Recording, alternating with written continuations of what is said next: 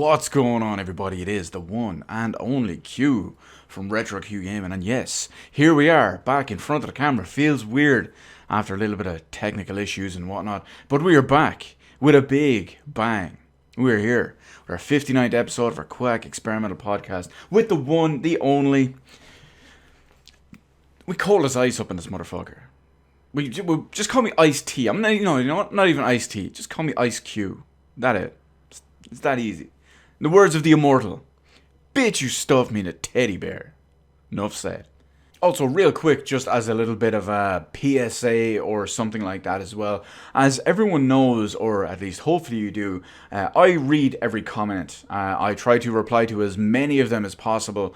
And, well, it's been a bit more difficult. In fact, I specifically have it set up so that when someone leaves a comment, I get a notification on my phone, as well as naturally I will see it pop up on my Chrome browser at home and all as well. But sometimes they just slip through the cracks and they don't show up on there, in which case I will usually check the YouTube Studio comment section probably a couple of times a day, just in case. And sometimes some stuff just slips through and I catch it in there and I can respond. And obviously I'm very appreciative of anyone who leaves a comment for any reason.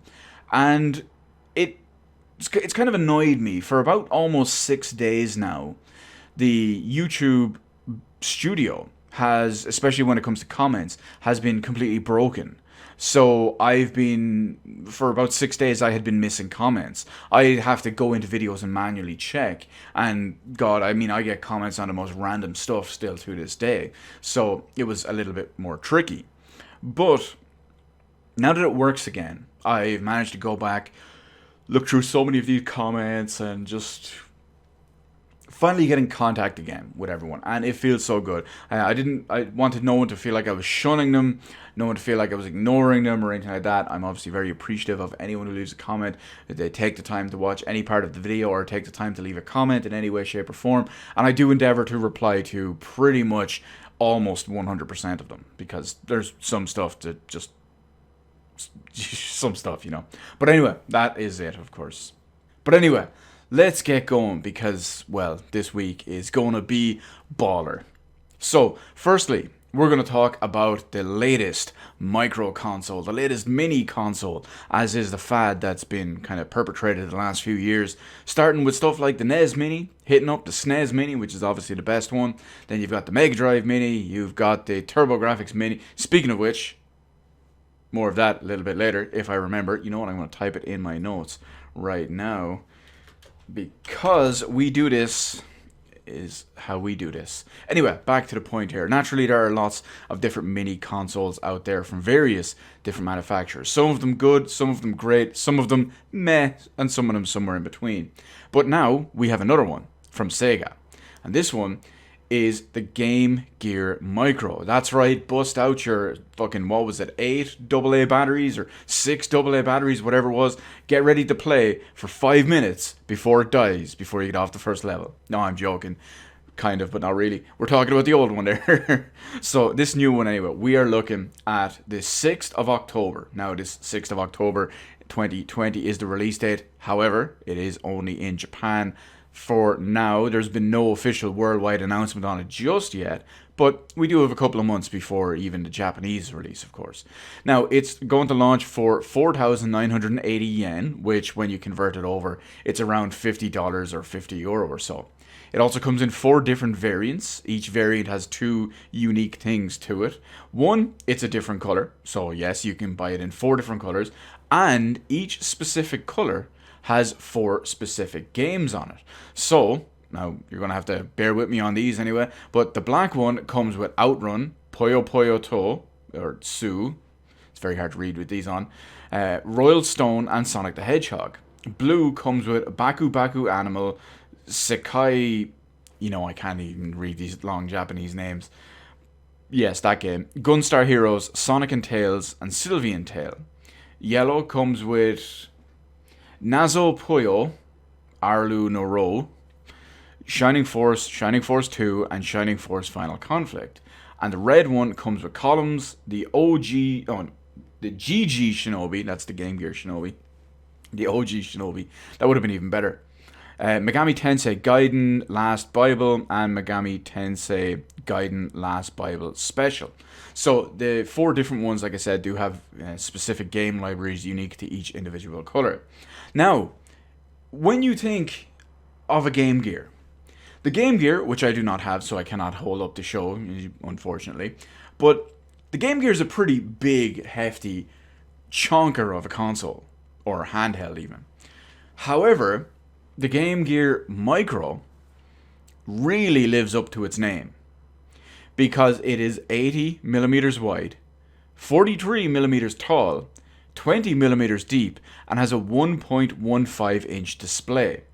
It also has mono speaker, headphone jack. It's powered by 2 AAA batteries or a USB cable. Now, before we go any further, you heard those dimensions correctly. It is roughly the size of a Joy-Con, a Soy-Con, because you need little soy boy hands to be able to use it comfortably. I don't know how I feel about this in multiple different ways. Well, frankly, I do know how I feel about this in multiple different ways. Basically, yeah, that's gonna be a yikes for me, dog. That's what I can say. If it was bigger, if it had a better library of games, and it only, I won't say only came in one color, but if it was available in all 4 colors, but it had they all had the same games, and a significantly larger library of games, which we'll get to now in a moment. But as it stands, even if it is €50, $50 and all with all this stuff, this seems like really, really bad planning, or it seems like a real big misstep from Sega. But anyway, it gets a little bit interesting. As we've spoken already, it's going to be roughly €50, aka 4,980 yen for each individual unit, or you can buy this special 4-piece set, which has all 4 units, and the Big Window Micro, which is one of those things you used to see back in the Game Boy Color, and Game Gear days, where you could attach it on over, and it would be basically like a magnifier for the screen. So it would make it bigger, and it would kind of zoom in on it a little bit as well. And that is only available, as far as we know, in that big bundle that comes with all 4 of those units. Now, the big problem with this one is, remember, these individual units work out to be roughly €50 a piece. This big entire set is more expensive than it should be. Because remember, realistically, that other extra little big screen magnifier micro thing, it's basically just a magnifying glass and a bit of plastic for it to clamp on. It's not powered or anything like that at all. It doesn't require any special connection or special doohickey or anything like that. But the big set costs 29,980 yen, which would be the equivalent of about €300, which is 6 times the price of a single unit. So basically, you're paying 50% extra just for the little magnifier. But remember when I said that the value on this was questionable as it is? Well, you think things couldn't be any worse. But this could, twice, because originally, these were only going to have 1 game per unit. And then, of course, because internal processes and internal review and all thought that the value was too low, by the way, it was going to be the same price, what they did was they eventually upped it to 3 games, and then 4 games. Which is why when you look at it, then again, this could all be very, very different for the Japanese market. When you look at it, you can really see what would probably be the big game, the big single game on each individual unit. I mean, let's look at the black one there. Obviously, it's going to be Sonic the Hedgehog. Let's look at the blue one here. What do we have on there? It would probably be Gunstar Heroes, maybe Sonic and Tails. You look at the yellow one here, it's probably Shining Force, maybe Shining Force 2, or possibly even Final Conflict. And then you look at the red one as well, you're probably going to have Columns, or possibly even Shinobi, but most likely Columns. So you can really see which is the big standout game in each individual one of these. And, well, it's not looking good, Sega. You did well with the Mega Drive Mini. But this one just ain't it, dog. But sticking with Sega for a moment, we have more Sega stuff to talk about. Because you may have heard that Famitsu, the publication in Japan, they've been hyping up some revolutionary new event or revolutionary type of announcement and technology that Sega had. Well, unfortunately for many people, myself included, it is not as big and hype as revolutionary as we all potentially would have hoped. So, there's no proper official name on this. It's more of a broad term, if you will. But what Sega plans on doing is they're using the pandemic as an example right now. So if you don't know, arcade gaming is alive, well, and thriving in Japan. It's pretty much dead everywhere else in the world, where it's basically just video slots and video poker. I love me some arcade machines. I really wish I could find some to just play. There's a place in Dublin. It's a barcade. Don't really want to go there, but who knows? Someday I'll hit up the Galloping Ghost in Chicago. Trust me, mark my words. But back to what we're talking about here. So they are alive, well, and massively successful over in Japan. Sega, as well as Konami, believe it or not, are some of the biggest ones that they have over there, including several Sega-owned massive arcades. Now, unfortunately, because of the pandemic and all that's going on at the moment, these arcade machines are largely being unused, and well, there's a significant amount of people that cannot use them and a significant amount of machines and cost and everything involved with them. Of course, these are not just owned by Sega, but they're licensed out and rented out or possibly even bought by other arcades and all as well. Now, if you're not familiar with arcades and arcade hardware is usually significantly more powerful than the game it's running. For whatever reason, maybe to do it flawlessly, or just other stuff that it has to handle and process and all in the background. Like maybe a light gun game, for example. There's more to worry about than just what's going on in the screen and a quick little bit of input. But that's beside the point. The point is that they have very, relatively at least anyway, more powerful CPUs and GPUs than they have. Now, these are all already linked online through Sega's kind of digital online service that is available to all arcade owners and arcade machine owners over there, commercially at least, of course. And what they're looking to do is they're looking to use this to, we can't call it cloud gaming. In fact, they're going to try and use these unused arcade machines, the CPU, GPU processing power of all of these dormant machines, for what they call fog gaming. It's essentially like cloud gaming, but it's a little bit different. Now, before we go any further, of course, I am not a massive proponent. In fact, I'm completely against cloud gaming in general. But I find this interesting from a technological side, which is why we're talking about this. So basically what they're looking to do is they're looking to stream arcade games from using all this stuff and using all the CPU and GPU in all these machines and their online service and all to other machines. They're also looking to be able to do it to kind of make the arcade experience cloud-based online instead of having all these native machines. There's also been, with the translations it's a little bit rough, but with the wording that's been used in some of the translations, most of which are unofficial by the way, they seem to imply that maybe this fog arcade gaming service is going to be available to consumers. So in theory, maybe Sega would offer you a subscription every month and you could stream arcade games to your home. And, well, I mean, MAME is great. MAME is really the way to go if you don't want to buy an actual arcade machine. But like I said, overall, this is a very interesting thing to me. The idea of using all this, well, utilizing all this unused CPU and GPU power. Dozens, hundreds, thousands of these machines that are currently just sitting there, completely idle, that could, in theory, be used in a different way. I mean, it's one thing to have a server farm dedicated to gaming and all that as well. But when it comes from idle machines, I mean, what happens if it gets busy again? And they can't stream it because all the machines are in use. Do they rise up? Are we looking at some Skynet stuff here? Who knows? Who knows? We'll have to wait and see. Like I said, I'm not interested in the cloud gaming side of it, but I do find this interesting myself. from a technological aspect. But speaking of a technological aspect that we do want to talk about and could potentially be huge, probably won't be, but potentially, we'll go with fingers crossed. Anyway, we have AMD.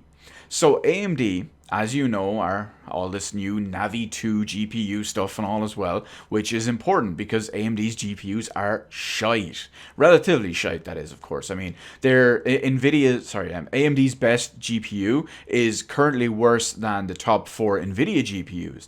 And that AMD GPU is not available anymore. It's the Radeon 7. So when you look at all of the AMD GPUs that are still available, they come in like 6th place at their best one. So yeah, it's a bit of a yikes. Now apparently all of this is tipped to change when their new Navi 2 or RDNA 2 stuff starts coming out, like next gen consoles and all as well. How they perform remains to be seen. Don't get your hopes up from what we've been lied to about, but we'll see how it goes anyway. But the big premise of all of this is what they're unofficially calling their Big Navi.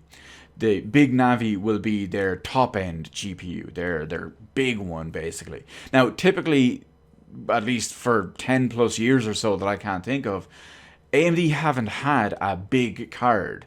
AMD's best card has been like 7th place, that kind of thing. It's never been top of the line for, again, about 10 years. Like, and AMD will announce and release a new graphics card, and it will be in the mid-range of NVIDIA's previous series. So, yeah, it was they never really had a big card. But it seems that not only is this going to hopefully change, but it also gives us a general time frame of when it might happen.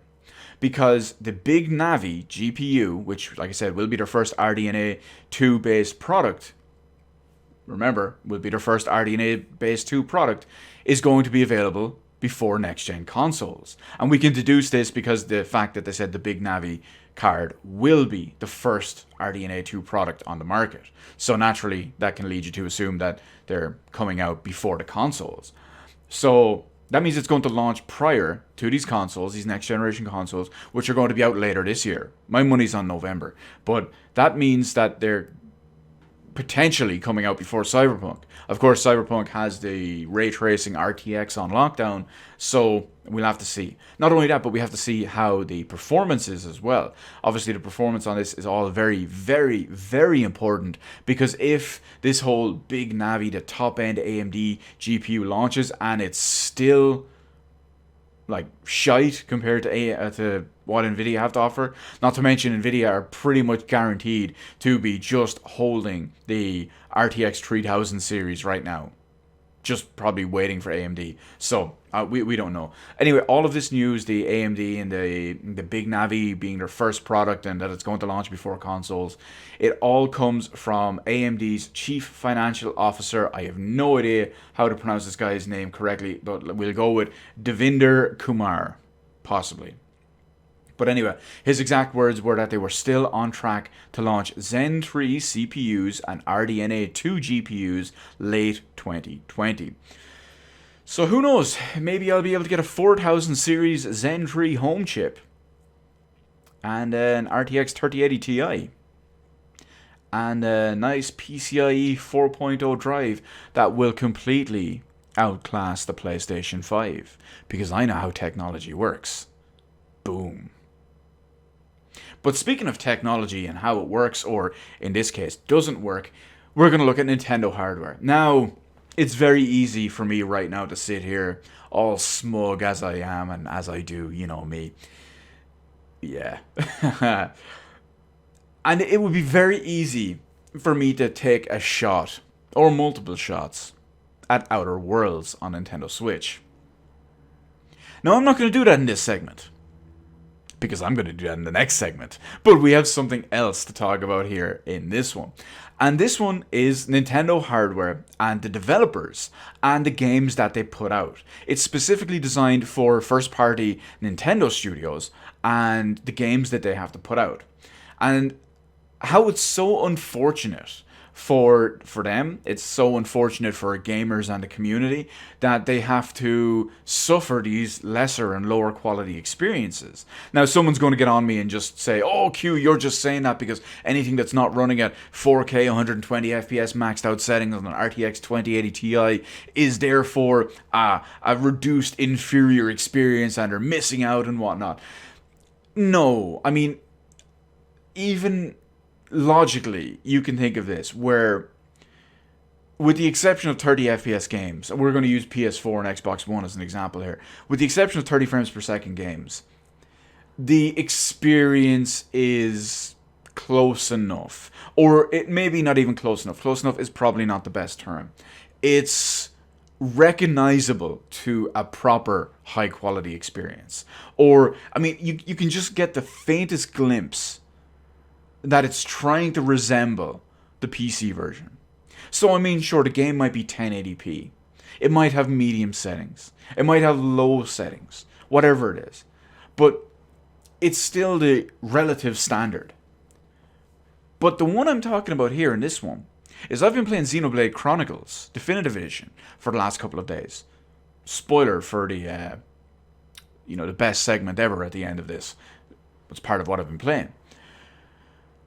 But it's such an amazingly low quality game. Maybe I shouldn't say a low quality game. From a technical standpoint, it's such a technological failure, and it's such a technologically low quality game. This is a game that runs at 30 frames per second. This is a game that, at its best, looks like a PlayStation 3 or Xbox 360 game. At its best, runs at 720p. At its worst, I'm going to go with docked mode because why the fuck would anyone ever play a Switch portable? It's absolutely unusable. But at its worst, it dips to standard definition. So even in its best of times, this amazing game, because I'm pretty sure I've been saying it for years now, but Xenoblade Chronicles is an amazing game. It is probably, if not the best, JRPG, and hell, even RPG, of the 7th generation. So that is a very, from someone like me, whose primary favorite genre is JRPGs, that is exceptional praise, if you ask me, which you should, because I know what I'm talking about, and I'm me. But the fact that the quality of the game, not the story quality. Well, yeah, we'll go with the story quality, the characters, everything about the game itself that isn't on a technical level is completely marred and destroyed by this. The field of view, the resolution is so criminally bad that even in its best of times, it's a blurry mess. It's terrible in that way. Terrible in that regard. Absolutely awful.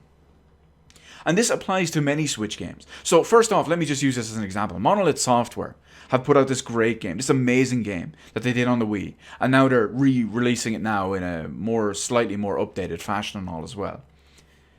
Their work, their art, is crippled, hobbled, hamstrung by this hardware. It goes to other first-party games as well. Mario was a little bit blurry. You know why? Because it runs at 900p. It was a sacrifice that needs to be made to get the game running at 60 FPS, which I agree with, because 60 FPS is more important. Yoshi. I haven't played Yoshi. I played Mario, obviously. I fucking loved it. But Yoshi runs in standard definition at its best, from what I understand. As far as I know, the entire game is 540p in dock. But again, it's to get 60 frames per second. Again, a choice that I can understand. But still, these games, even Zelda, a game with such a basic and simplistic art style, because the Switch just cannot fathom proper quality, runs at 900p, 30 FPS, with drops to zero. Kind of fitting that one's done with by Monolith Software as well, a lot of the time when you think about it. But it's just such a shame. It's just such an absolute shame. Nintendo makes so many high quality games, so many amazing games and amazing experiences, and they cripple and hobble them, the games, the experiences, and their studios by having shite hardware. Now, I'm not going to turn this segment into a whole, well, maybe they should put everything on PC and Switch, or maybe they should put everything on PC and their own console. But let's just say, I am very, very tempted every time I turn it on and play it, which will be right after this. In fact, while I'm rendering this episode, I will be sitting here playing Xenoblade Chronicles Definitive Edition. And as I do that, every single time I've played this game, minutes apart, I consciously think of installing Dolphin, getting my physical copy of the game, ripping it, and getting this 60 FPS hack. Why? Because I can play it at a native 1440p. Because that is my resolution. Hell, I could use my monitor over here, the one that you can probably see part of the reflection on. There I am, right there. It's my OBS monitor, my productivity monitor. That's a 4K monitor, 60 Hz, 60 FPS. I could play it on that. Sure, I wouldn't get the new models or anything like that as well, but it sure as hell beats standard definition and 720p at its best.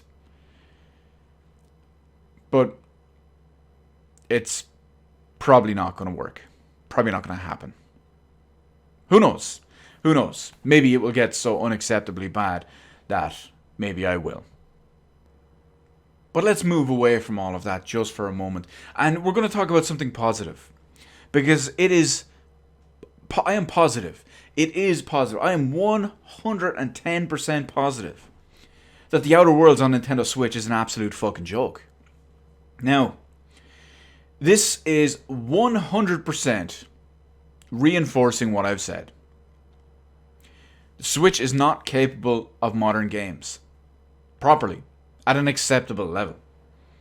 Now, this brings to mind a quote from my boy Jeff Goldblum. You may have heard of it. It's from a little, very, very slightly obscure film called Jurassic Park. And, well, your scientists were so preoccupied to see if they could, they didn't stop to think if they should. Because when you think about it, all these port studios, Virtuoso, I think it's Virtuous, Panic Button, all of these crap, Iron Galaxy, claiming they can get any game running on Switch. They can put anything on Switch. This reminds me of Crysis.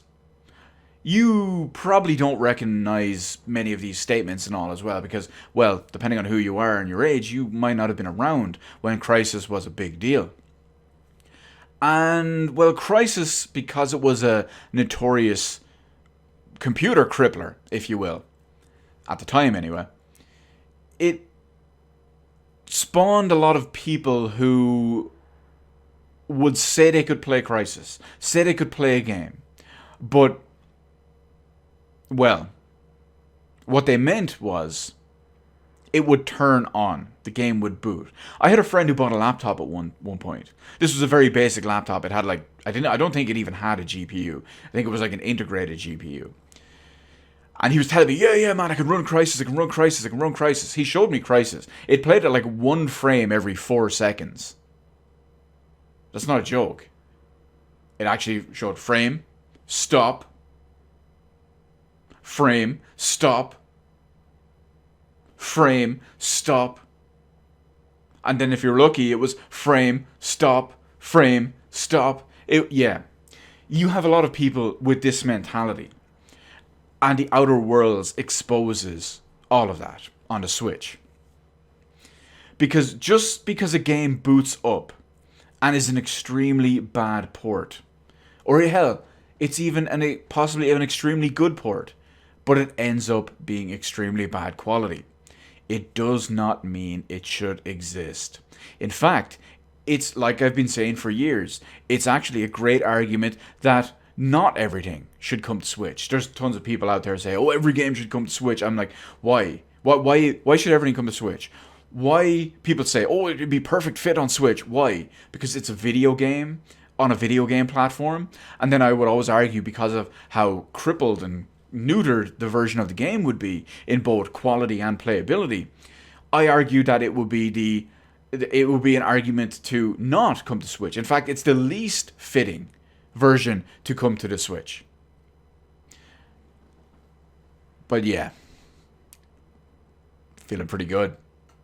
Feeling pretty good right about now because Outer Worlds, using Unreal Engine 4, one of the most optimized engines and one of the few that can actually get something out of the Switch, has exposed all these fanboys. Now, of course, like I said, I've always been against these massive, crippled, gimped, neuters, unacceptably bad ports, which, let's face it, is almost every Switch port.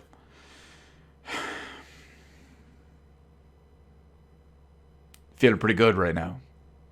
Pretty vindicated. You know why? Because I use logic. I can see this shit coming a mile away. And there's people out there, if you haven't seen this, the Outer Worlds on Switch is absolutely terrible. It's a soupy mess. Absolute disaster. You should see it. It's crippled. It is the worst thing you've seen this side of the PS2. It's awful. Absolutely awful. It's the worst version of the game in any capacity, in every capacity at that point.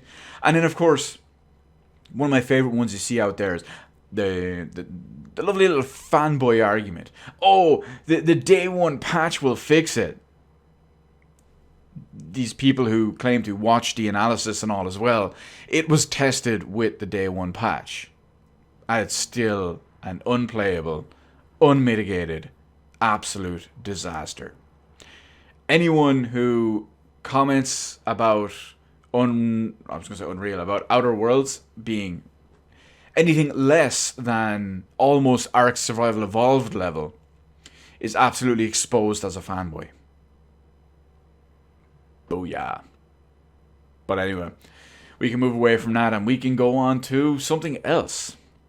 Don't know how I feel about this. I'm kind of worn out now after that last segment because I feel spent after clowning those people.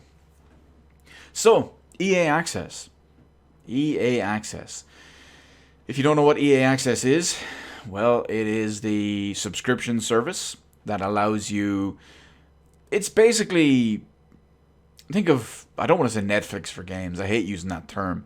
But it's a subscription service that gives you discounts on full games, discount on DLC, and it gives you access to a library of slightly older games that you can play all while you maintain a subscription. It's called the EA Vault.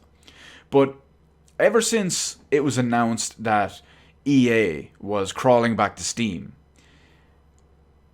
well, I mean, why wouldn't you, since Steam is the biggest gaming platform in the entire world. But we knew months ago that several games were going to be coming back to Steam straight away. Or, well, I say straight away, they were going to be coming all at once. You had some of their bigger games and all as well. And then at first they kind of drip-fed it in with the likes of the new Star Wars game and all. But we all knew that they would hit Steam and it would all be coming back as well. And now EA Access is also coming to Steam. So, the real thing, the kind of interesting thing about this, because I'm a real pedant for terminology and whatnot, but it's interesting that they use the name EA Access. Because on Origin, which this service already exists on, it's called Origin Access. Origin, of course, is EA's digital distribution platform. It's basically their version of Steam. And EA Access is also the console version of this. So EA Access is also available on the Xbox One. EA Access is also available on the PS4. And now EA Access is also available on Steam, or will be at least anyway. Now, we don't have the full details on it yet, including what it includes and how much it's going to cost and all, but it's likely going to be about $5 a month or $30 a year, which is what the basic basic Origin Access 1 costs. Or basic, it's called Origin Premium if I remember right, not Origin Basic. But like I said, it gives you access to the vault of games, trials and demos of games, discounts on games, discounts on DLC, etc., etc. It's going to be interesting to wonder if when it does come out on Steam, if it's only going to include games on Steam, or if it will just say boot Origin in the background and give you access to all that stuff as well. I'm not a big fan of these subscription services. I don't pay for them myself, and it's interesting to see how it will go. But still, at the same time, don't support these services. But we can flip it on its head and still stick with EA at the same time, because we're going to talk about Madden. I know, you heard that correctly. Q, you're European. What are you doing talking about hand egg? Well, we have some pro-consumer victories, if you will, where the consumer has fought back and won. Now, previously, of course, Madden 21 has been announced and all as well, and it was announced that it will be coming to Xbox One, to PS4, to PS5, and Xbox Series L. And previously, it was announced that it would not use smart delivery, but instead it would use its own version of upgrade and had its own terms and conditions and all as well. This thing was called the Next Level service, where if you bought the Xbox One version before December 31st, 2020, you could claim a free Xbox Series L upgrade version up until March 31st of 2021. So it gave you roughly about I guess it depends on when the new consoles launch and all as well. But it gives you roughly 4, 5, maybe 6 month window in order to do so. My money's on 4 months because, well, my money's still on November. But yeah, it gives you time in order to do that. But it's a limited time. It's not hey, maybe I buy something 4 years down the line and I get the free upgrade for it as well. This was a very specific timed window.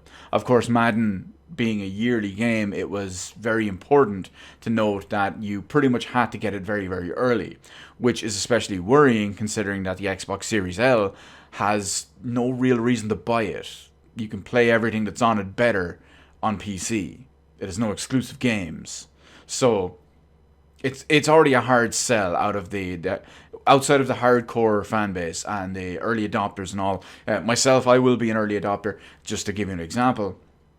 But outside that niche market, it's going to be a tough sell. But because of all of that anyway, naturally, there was massive ridicule, backlash, and whatnot as well. And after all of that, as they're calling it, fan feedback, this whole next level upgrade process, the free upgrade to the Xbox Series L version, has been extended for pretty much the entire year, up until the release of Madden 22. And Madden is a yearly game, so it is going to launch probably roughly the same time a year from then, give or take. But the point of this story isn't this, hey, it's not a public service announcement to tell everyone that they can get a new updated copy on the Xbox Series L outside of these 3 months. Maybe they can get it a little bit longer. God knows why you would. There's still no point of buying the console. But the big thing and the whole purpose of this segment is to let it be known that speaking out against these bullshit practices and anti-consumer bullfuckery, it actually works. Don't support it. And let them flop, let them fail, let them flounder. Force them to change it. Speak with your wallet. It's the only thing they understand. So, anyone who was planning on buying Madden on the Xbox One and then probably planning on buying an Xbox Series L within the next, 9 to 11 to 12 months, you're welcome. You're welcome. But we can roll on from there for a second into our final topic we have here for the moment, and that is next-gen remakes and remasters. Now, we already know that Microsoft has a smart delivery system, which will give you the upgrade for any company that opts into it to give you the Xbox Series L upgrade for free. So you can buy an Xbox One version of, let's say, Cyberpunk 2077, put it into your Xbox Series L when the Xbox Series L version of Cyberpunk is available, and you will get the upgrade for free. You'll get all the better frame rate, the better resolution, textures, geometry, yada yada yada. You get the difference. All for completely free. Now, we have some stuff here at the moment on the Sony side of it that is very, very interesting for multiple different reasons.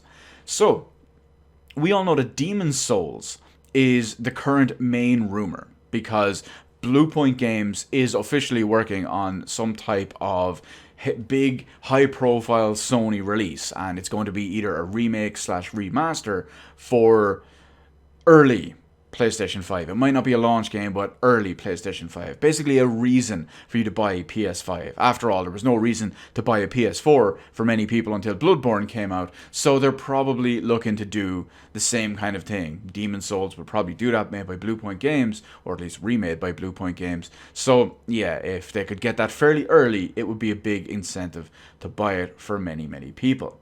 Now, we all knew that that one was the heavy main rumor. But it seems there may also be a second one in the works by Bluepoint Games. And this one is very, very similar and in the same vein. Bloodborne. So the name and idea that Bloodborne is going to be remastered essentially is fairly new, but just hold on a second. We'll get to it anyway. We'll get to it. So supposedly anyway, since it's going to be one of the two Sony games, if you will, that are being redone for next generation by Bluepoint Games, yada yada yada. Supposedly, Bloodborne is also co-developed by QLock. Now, QLock is the company who handled the development on many of the Dark Souls remastered ports, except the god-awful Switch port that just yikes. But they handled basically all the other proper versions, if you will, not the piece of shit version. So there is kind of precedent and experience in this statement and all as well. Now, there is no mention of Demon's Souls for this next part that I'm about to talk about.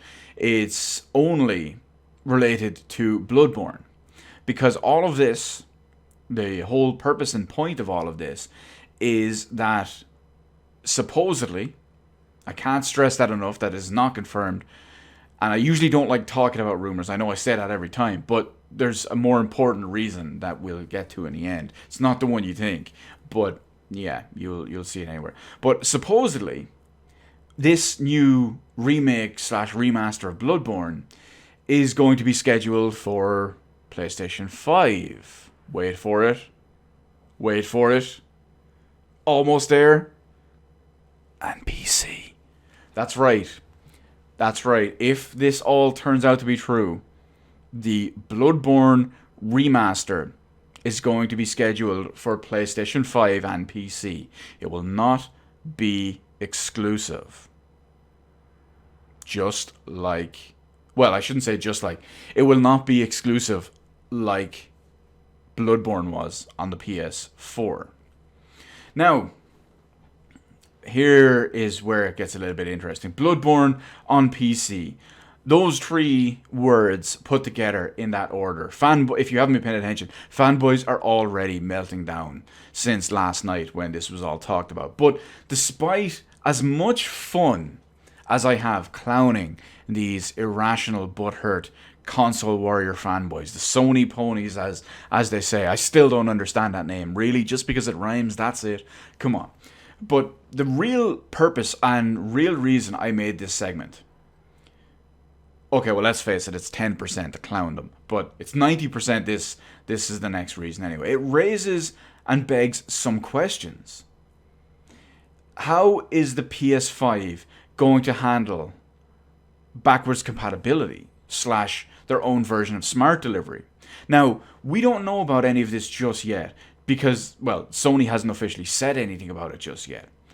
But if they're going out of their way to remaster a game like this or possibly remake these games or whatever, especially since one of them is a PS3 game, but again, we'll kind of just focus on Bloodborne for this one. Will you get a free upgrade? to the PS5 version when you put your PS4 disc or use your PS4 digital copy when you log in with the same account and all? Will you be shit out of luck and be forced to buy a remaster on PS5 despite already owning the base game on PS4?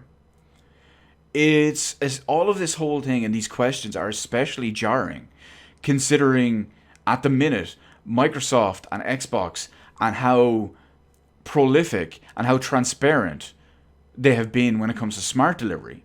And not only that, not only with smart delivery and stuff like, say, Cyberpunk or all these other games that will give you the next gen version for free if you buy the Xbox One version, but with how the Xbox Series L even handles automatically backwards compatible stuff, automatically enhancing stuff like resolution for not just compatible games, not just ones that have been patched for Xbox Series L and all as well, but ones that just it enhances them natively with how the hardware is designed and how the console is designed. It will automatically enhance these. Higher native resolution, higher frame rate in variable frame rate or unlocked games. And then there's the pseudo HDR and all as well. But the fact is there are upgrades, there are benefits, there are advancements. And that's not even including smart delivery upgrades for free. Now, however, I do want to say one last time, right before we end the segment, we just don't know yet. It's all well and good to theorize and speculate and all, but at the end of the day, I like to reserve judgment until we have the facts. We have announcements, we have clear, cut, defined, concise, precise, everything. Actually, you know what? It doesn't need to be concise because sometimes being verbose, like myself, is well, it's only the best, really, isn't it? But speaking of only the best, we are on to our final segment, our final true segment, the best one, the reason why everyone is here every week, and the reason why everyone keeps coming back. Q, what's going on? What's up? What's going down? What's the 411? What is going on? What are you playing? Well, as I kind of spoiled much of this earlier on in the episode in various different ways, I will soon be playing the TurboGrafx 16 Mini, because despite a relatively hefty delay and some uncertainty on release dates and whatnot as well, it has been official that the TurboGrafx 16, or in my case the PC Engine Core Mini 16, no, there's not a PC Engine Core Graphics Mini, that's the European one. Yikes, what a name, am I right? But that one has officially shipped and started shipping from Amazon UK, which is where I bought mine, on June 5th, which was yesterday. So that's promising. I should have it relatively soon. With how Amazon Prime works in the shipping and all as well, I will probably have it early, maybe middle of next week, which is going to be great. Have some nice time off. Maybe get to burn through as much of it as possible, see how it goes. I'm looking forward to that. I've experienced pretty much almost zero when it comes to the TurboGrafx 16 and its library. So I'm looking forward to experiencing so much for the first time ever. I've also been playing Xenoblade Chronicles Definitive Edition, as we mentioned earlier. Unfortunately, it is a technical mess and technical disaster, which does detract from the game 100% of the time, because even at its best, it is a blurry mess, because you're playing a 720p game on a 1080p screen. And remember, that's at its best. Sometimes it even drops to standard definition, which is even more jarring and even more apparent. However, having said all that, Xenoblade is an amazing game. So I'm hoping I can tough it out at least anyway. We do have one or two more others that we'll get to now in a second, but I just want to chime in as well for real quick here. And it's so strange with all this pandemic and everything going on at the moment that usually if I buy something from the UK and they ship it with regular post, I'm not talking about a courier or express or anything like that, regular post, I would have it in a couple of days, maybe a week. But because of all of this shite that's going on at the moment, I recently, just a few days ago, I rebought a cable. It's a Game Boy Advance link cable because apparently my old one wasn't working, and well, it looks like it's on its last legs. But I'm getting a Game Boy Advance link cable from the UK for Golden Sun and Golden Sun: The Lost Age whenever the Analog Pocket, if it ever releases. But it's coming from the UK. It's currently the 6th of June. I ordered it on the 4th of June. And it's in stock, but the estimated delivery date is July 15th. I didn't misread it. It's not June 15th. July 15th. Seller is based in England. In stock. Ships from England. But yikes with all of this pandemic stuff. It's pretty rough. And in the same way as well, I bought a cable about maybe a week and a half, maybe 2 weeks ago. Again, from the UK, a company that I've bought multiple different cables from before. And here we are nearly 2 weeks later. I'm not faulting either of these companies, just so you know. I'm not holding it against the eBay buyer who has his own store and selling all this stuff. I'm not holding it against retrogamingcables.co.uk. Not holding it against any of them. But I really, really want that cable in particular. Nice RGB SCART for the Wii. Be able to play all my GameCube games. Ooh, be able to play the Wii games all on the PVM. That's gonna be promising stuff. I'm looking forward to that as well. And of course, we do have the final one here. Ori, Will of the Wisps. That's right. I impulse bought Ori, Will of the Wisps, the second one. You might remember when I first accidentally almost, or kind of curiously, experienced the first one and fell in love with the game. I was waiting a little bit to get the second one because of when it released. I had much more going on and I was kind of in a weird place, so I ended up buying it.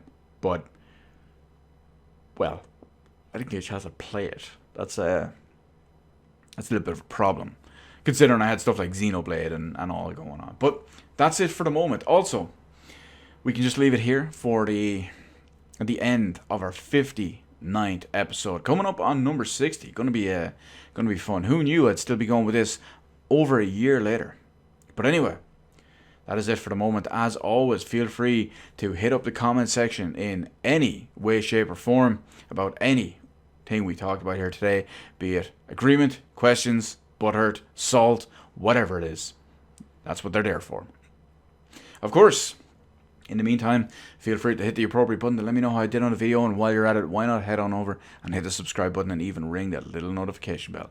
Granted, getting a notification from YouTube in current year about a new video upload or a live stream or whatever is a whole other story, but hey, at least you can say you tried, am I right? As always, thank you so much for watching, and remember, winners don't play Switch ports, which is exceptionally relevant at the moment for Outer Worlds.